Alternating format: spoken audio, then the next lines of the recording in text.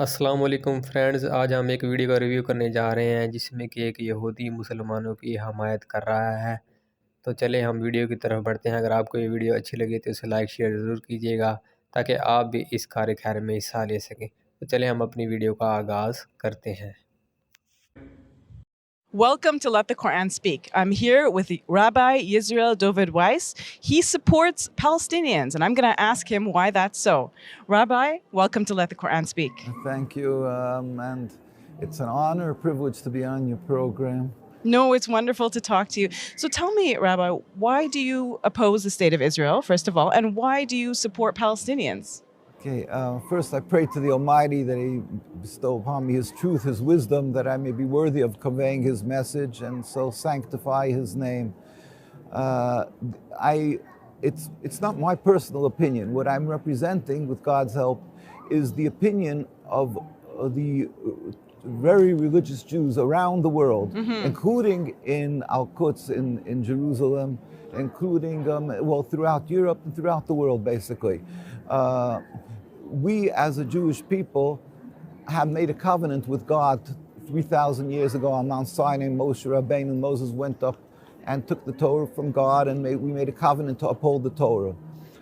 That is what Judaism is all about, to uphold this covenant, to be close to the Almighty, to be subservient to the Almighty. This movement, the concept of creating a state sovereignty, and what they want to call a Jewish sovereignty, that concept, is a movement that started around 150 years ago. It is a transformation from subservience to God into nationalism. Have a piece of land, to be a nation amongst nations, to be comparable to all the great countries. Now, that in and of itself, even if it would have not affected the Palestinian people, the inhabitants, the indigenous people, in other words, if the land would have been uninhabited, it would still be forbidden for the Jewish people to have this concept of sovereignty, of a nationalism, because we have a long history. We made the covenant with God 3,000 years ago to uphold the Torah, and we were then commanded to go into the Holy Land and build a temple, which King Solomon built a temple. But we were warned by the Almighty and instructed by the Almighty that we have to be on a very high level of spirituality. If not, then we will be driven from the land. And that came around 2,000 years ago. The Romans and the Greeks, they came, they invaded the Holy Land, and the Jews were driven from the land as a nation.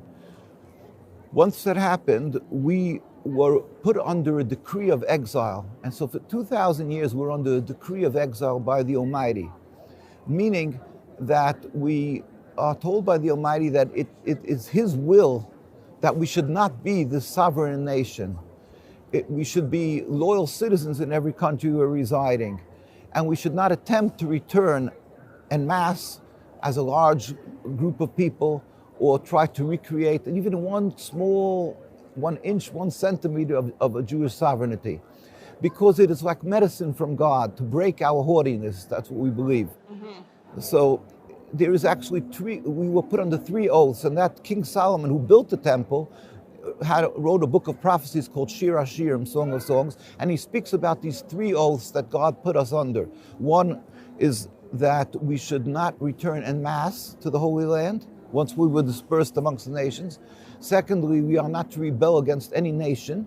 We have to be loyal citizens in every country we reside. A Canadian citizen has to pray for the well-being of the country, even if you're not happy, or let's say throughout our history, Jews were many times forbidden to buy land, and they were taxed to a much higher degree. Still in all, we have to be loyal citizens and not rebel against that country. Thirdly, we are not to make any attempt to end exile. Why? Because it's because of our sins we are spread out. God is compassionate. And the Almighty, when the time will come, which every Jew yearns for, that the time will eventually come, with the Almighty will make a metaphysical change in the world, and all humanity will recognize one God. Then God will return us, and God Himself will rebuild the temple without any human intervention. There will be a spirit, like a miraculous spirit in the world that will stop being atheists and so forth. Everybody will believe in God. It says, all the nations will hold hands and join to serve God. That will happen. Then we will return and we will become close to God again in His heart.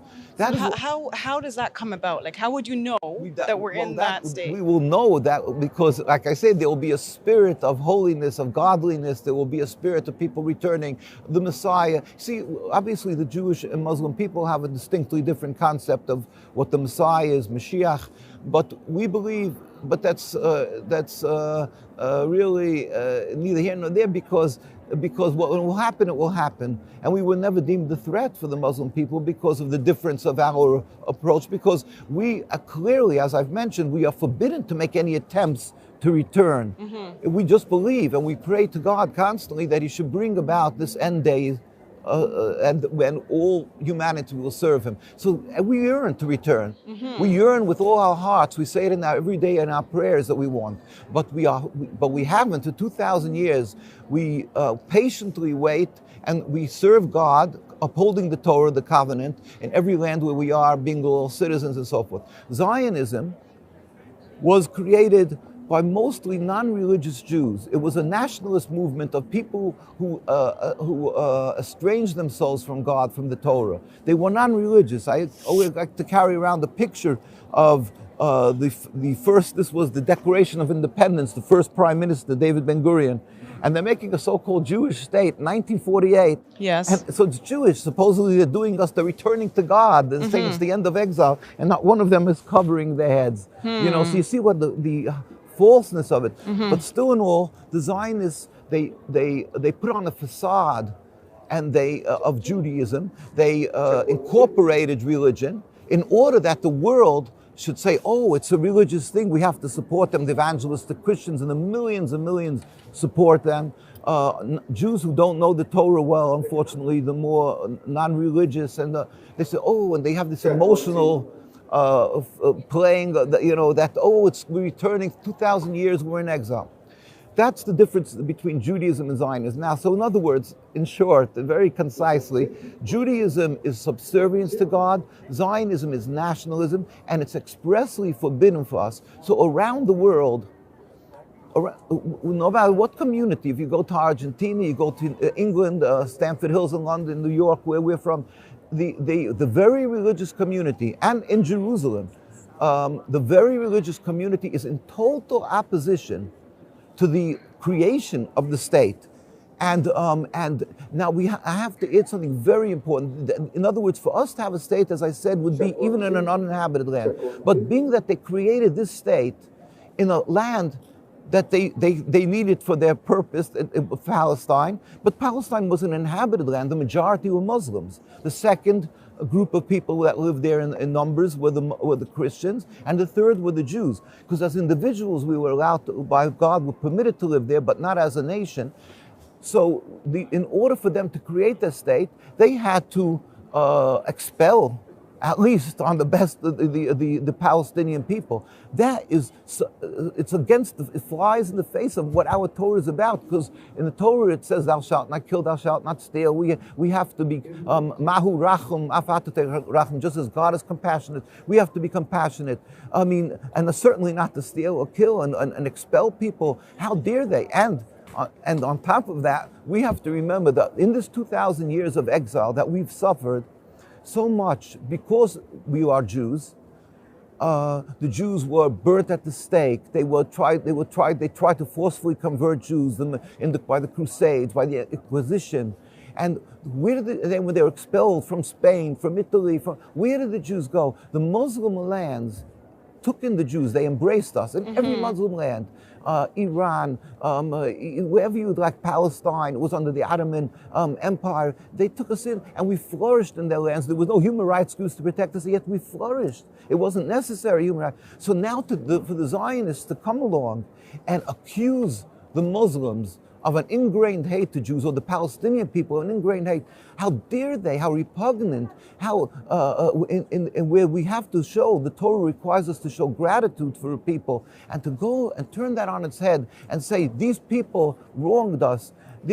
All of this is the most criminal part of this, what the Arab and Muslim and the Palestinian people would call the Nakba. We have a picture here even, you can see how we used to live together. And we babysat each other's children. We lived in total peace. That is why the very religious around the world, we stand in total support.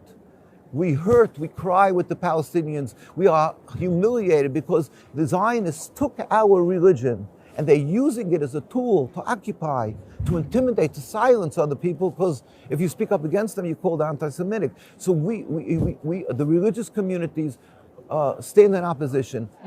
How do you oppose the Zionist movement? Well, the first thing is we believe, first of all, we do not accept it. We do not participate with them. We have the very religious communities does not serve in the army, certainly not.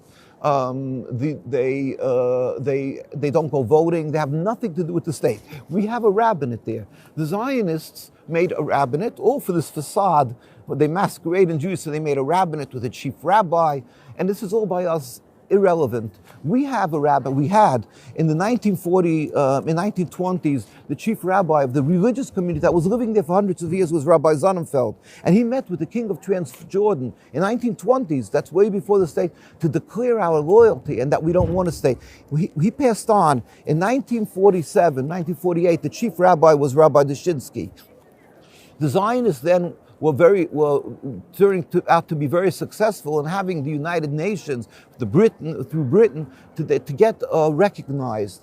So Rabbi Sonnenfeld, Rabbi Dushinsky, of blessed memory, this is the records of the United Nations. In 1947, a declaration before the United Nations, he said, "We furthermore wish to express our definite opposition to a Jewish state in any part of Palestine." This is the very religious, representing the religious Jewish community, says we don't want a Jewish state. And these people are imposters, the one are doing it.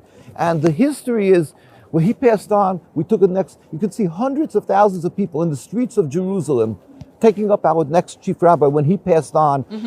We have hundreds of thousands of Jews living there now under this Eid HaCharei, this God-fearing community that does not recognize the authority of the state of Israel. In fact, they demonstrate daily. When they demonstrate and you see children we never carry arms, we're not military, they get beaten. Old men get assassinated, rabbis. It's unbelievable. You can go to our site, NKUSA, and see, and the world is silent. They don't even talk about the fact that Jews daily are demonstrating against the occupation. And it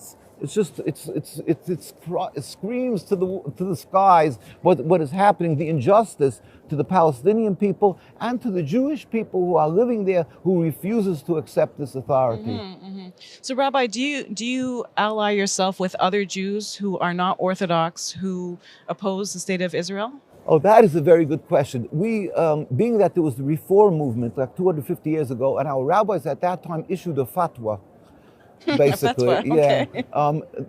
200 of the leading rabbis of Europe, when they said this is a heresy, it's a rebellion against God. You can't reform God's Torah. They don't eat kosher, they don't keep the 10 Commandments, they don't keep the Shabbos, the Sabbath. So they said we're not to be affiliated with them. So we work with the Muslim people, we work with the Palestinian people, and they'll come to the same demonstrations, but we won't have joint activities directly. But if they're there, they do. A lot of them, a lot of people who are Jewish, who are non-religious, they feel it's human rights, or because even other Jewish reasons, that they'll stand up in opposition. There's many, really tens and tens of thousands or more who are opposing the occupation. But we are coming from the core issue that the Zionists are claiming the legitimacy. We are telling the world that they're conning the world. It's unacceptable. So we're coming from the religious state. And here, this is a picture of a girl behind bars. Every boy and girl who turns 17 becomes a criminal from the religious community because they refuse to serve in the army, in the IDF, which is mandatory military service. So these are all very, very critical issues. Why is it so critical for people to understand? Because people, they're very wily, they're very efficient in what they do, the Zionists, and they like to refer to themselves as a Jewish state. They insist to be referred as a Jewish state. Why? Because then they know that if anybody wants to oppose what they're doing, criminal to the Palestinian people, they're taking their homes, they're stealing, they're killing, they're doing so many terrible crimes. But if you say a word, oh, you're speaking against a godly religion, so, and you're attacked as being anti-Semitic, and now they just made here, they're making a new law, they're trying to pass the IHRA, I think, and that's going to say that if you speak up against Zionism or the state of Israel, it's anti-Semitic.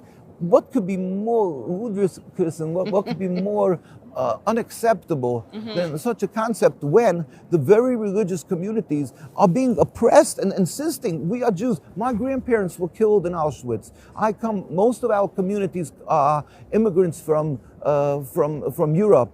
We died because we were Jews, because we insisted on remaining this religion, our covenant to God. And we did not accept that because we suffered, that therefore we're going to turn around and occupy another people. We suffered, and now we should go sin against God that we gave our lives for by stealing and killing and doing against God's will. And so we're against the Zionism, and we are being oppressed. The ones of the Jewish people who found a home in Palestine and were living there, these immigrants, and they were living there, they're trying to catch the breath from so much suffering. All of a sudden, they enjoyed being under the authority of the Ottoman Empire, and all of a sudden they're thrown under the Zionist control and told that if you stand up and oppose this rebellion against God, you are thrown into prison, you are a criminal. How does the world take the authority to dictate in our religion what it's, instead of respecting our scholars, which you have here in Canada, if you have in the United States, we have our community, let's say in New York, it's the largest concentration of religious Jews where I lived right across from Manhattan, Williamsburg, Brooklyn, miles and miles, and there's not one single Israeli flag. The chief rabbi of Palestine, Rabbi Teitelbaum, moved there, and these distinguished communities, thriving, illustrious communities with great scholars and pious people and businessmen, and they all insist that we are a religion to serve God, and God forbid that we should accept the occupation. And now if we decide to speak up against this rebellion against God in the name of my religion, and call out to the world that they're imposters, they're using my religion, that we should be, and people who will standing together with us should be accused of being anti-Semitic, that is unjust, it's unacceptable, and we decry that. And that's what we do we try with God's help. We pray to God that He should bring a speedy and peaceful dismantling of the state. At the same time, we go to the United Nations, we go with Palestinian people to cry their hurt, to go to their demonstrations, to try to educate. We go to universities, to colleges, to conferences, and to tell to the politicians, to have them change their approach and not to support the oppression of the Palestinian people. Rabbi, thank you for sharing with us today. We really appreciate it. I learned so much, and I'm honored that you came and joined us today.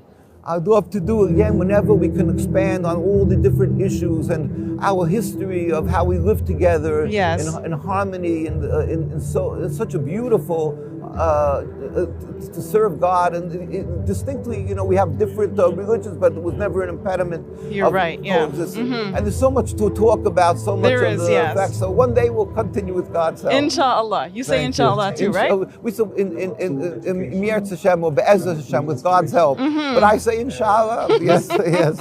All right. Thank you so much for joining us. I appreciate it.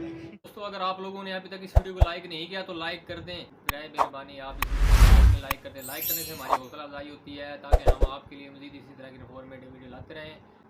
तो दोस्तों, इसी के साथ हमें इजाज़त दीजिएगा। अल्लाह हाफ़िज़।